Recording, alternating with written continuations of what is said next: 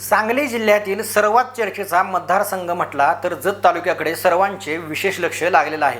हा मतदारसंघ विशेष होतो त्या कारणाने की इथे प्रत्येक नेत्यांची प्रतिष्ठा पणाला लागलेली आहे। त्यातच भाजपामध्ये तिकिटासाठी जो काही रस्सीखेच चालू आहे त्यामुळे सर्वांचं लक्ष विशेष जत तालुक्याकडे लागलेलं आहे। तालुक्यात इच्छुक उमेदवारांची यादी भली मोठी आहे। हा मतदारसंघ महाविकास आघाडीतून काँग्रेसला सुटणार आहे हे जवळपास निश्चित झालेलं आहे आणि महायुतीकडून हा मतदारसंघ बीजेपीला सुटणार आहे हेही निश्चित झालेलं आहे। पण बीजेपीमधून आमदारकीचा फेटा बांधून बसलेले उमेदवार भरपूर आहेत आणि अंतर्गत वादसुद्धा आपल्याला पाहायला मिळतो।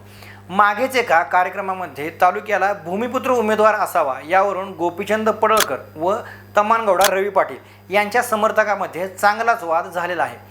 अशीच जत तालुक्यातील इच्छुक उमेदवारांची यादी तरी किती आहेत तर बीजेपीमधून बघायला गेलं तर प्रकाशराव जमदाडे, गोपीचंद पडळकर, तमानगौडा रवी पाटील यांची नावं सध्या चर्चेत आहेत।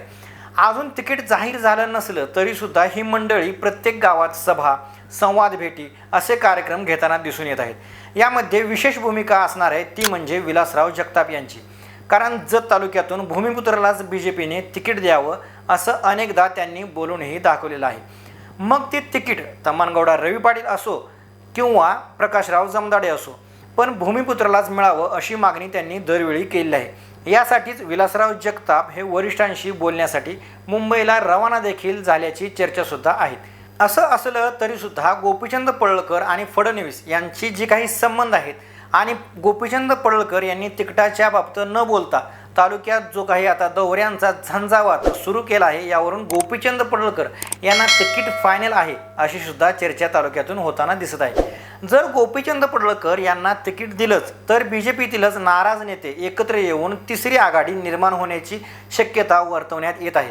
कारण तालुक्यातील 2019ची निवडणूक पाहता विलासराव जगताप यांना तिकीट जाहीर झाल्यानंतर त्यावेळी बीजेपीतीलच नाराज असलेल्या नेत्यांनी डॉक्टर रवींद्र आळी यांना अपक्ष उभे करून 28,000 मतं मिळवली होती व त्यामध्ये बीजेपीचं मतदान हे विभागलं गेलं होतं आणि त्याचा फायदा हा काँग्रेसचे विक्रम सावंत यांना झाला होता। तीच पुनरावृत्ती यावेळी देखील झाली तर मात्र तालुक्यातील बीजेपीचं भवितव्य वेगळं असेल। हा सर्व इतिहास आणि वर्तमान पाहता आता विशेष ठरणार आहे ते म्हणजे तिकीट कोणाला मिळतं यावरून पुढील रणनीती प्रत्येक नेता ठरवेल अशी चिन्ह सध्या तरी दिसत आहेत। जतमध्ये विलासराव जगताप हा फॅक्टर खूप मोठा प्रभावी ठरतो असंही बोललं जातं। त्यामुळे यावेळी सुद्धा विलासराव जगताप कोणाच्या पाठी उभे राहणार याकडे सुद्धा सर्वांचं लक्ष लागलेलं आहे। जत तालुक्यात जातीचा फॅक्टर चालतो का हेच जर बघायचं झालं तर आपल्याला इतिहास बघावा लागेल। 2009 साली झालेल्या विधानसभा निवडणुकीत प्रकाश शिवाजी शेंडगे यांना बीजेपीकडून तिकीट मिळालं होतं। त्यावेळी बीजेपीची ताकद पणाला लागलीच, पण त्यासोबतच जात फॅक्टर हा सुद्धा काम केला। त्यामुळे यावेळी जर जातीची समीकरणं आणि बीजेपीची स्थानिक कामं यांचं गणित केलं तर गोपीचंद पडळकर हे विजयी होऊ शकतात असं सुद्धा काही जाणकारांचं मत आहे। गोपीचंद पडळकर यांना तिकीट मिळेल अशी त्यांच्या समर्थकाकडून भरपूर चर्चा आहे। याला ग्रीन सिग्नल दिला होता तो म्हणजे सदाभाऊ खोत यांनी।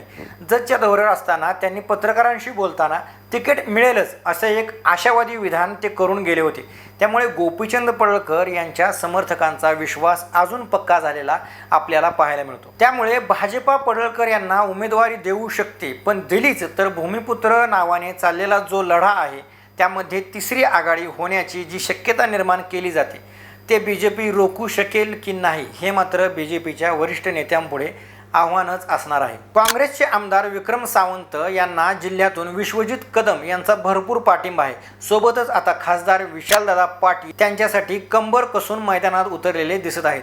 केंद्रात सत्ता नसताना सुद्धा आपण तालुक्यातील पाणी प्रश्नावरती वेळोवेळी पाठपुरावा केला व ती कामं विक्रम सावंत यांनी केली आहेत असं त्यांचे समर्थक ठामपणे सांगतात। मुळातच जत तालुका हा दुष्काळी असल्याने पाणी प्रश्नावरती जत तालुक्यातील भरपूर वेळा राजकारण झालेलं आहे, पण यावेळी पाणी तालुक्याच्या आवारात पोहोचलं, पण ते कोणामुळं पोहोचलं त्याचं नेमकं श्रेय कोण घेणार हे मतदार यावेळी नक्कीच ठरवतील। यावेळेचा जतचा राजकारण हे पक्षाला धरून, जातीला धरून की विकासाला धरून, कामाला धरून होईल हे मात्र आता सुजाण नागरिक ठरवतील। त्याबद्दल तुम्हाला काय वाटते, तुमच्या प्रतिक्रिया काय आहेत हे आम्हाला कमेंट करून नक्की सांगा आणि तुम्ही जर जतचेच असाल तर हा व्हिडिओ जास्तीत जास्त शेअर करा आणि सोबतच चॅनलला सबस्क्राईब करायला विसरू नका। धन्यवाद। जय महाराष्ट्र।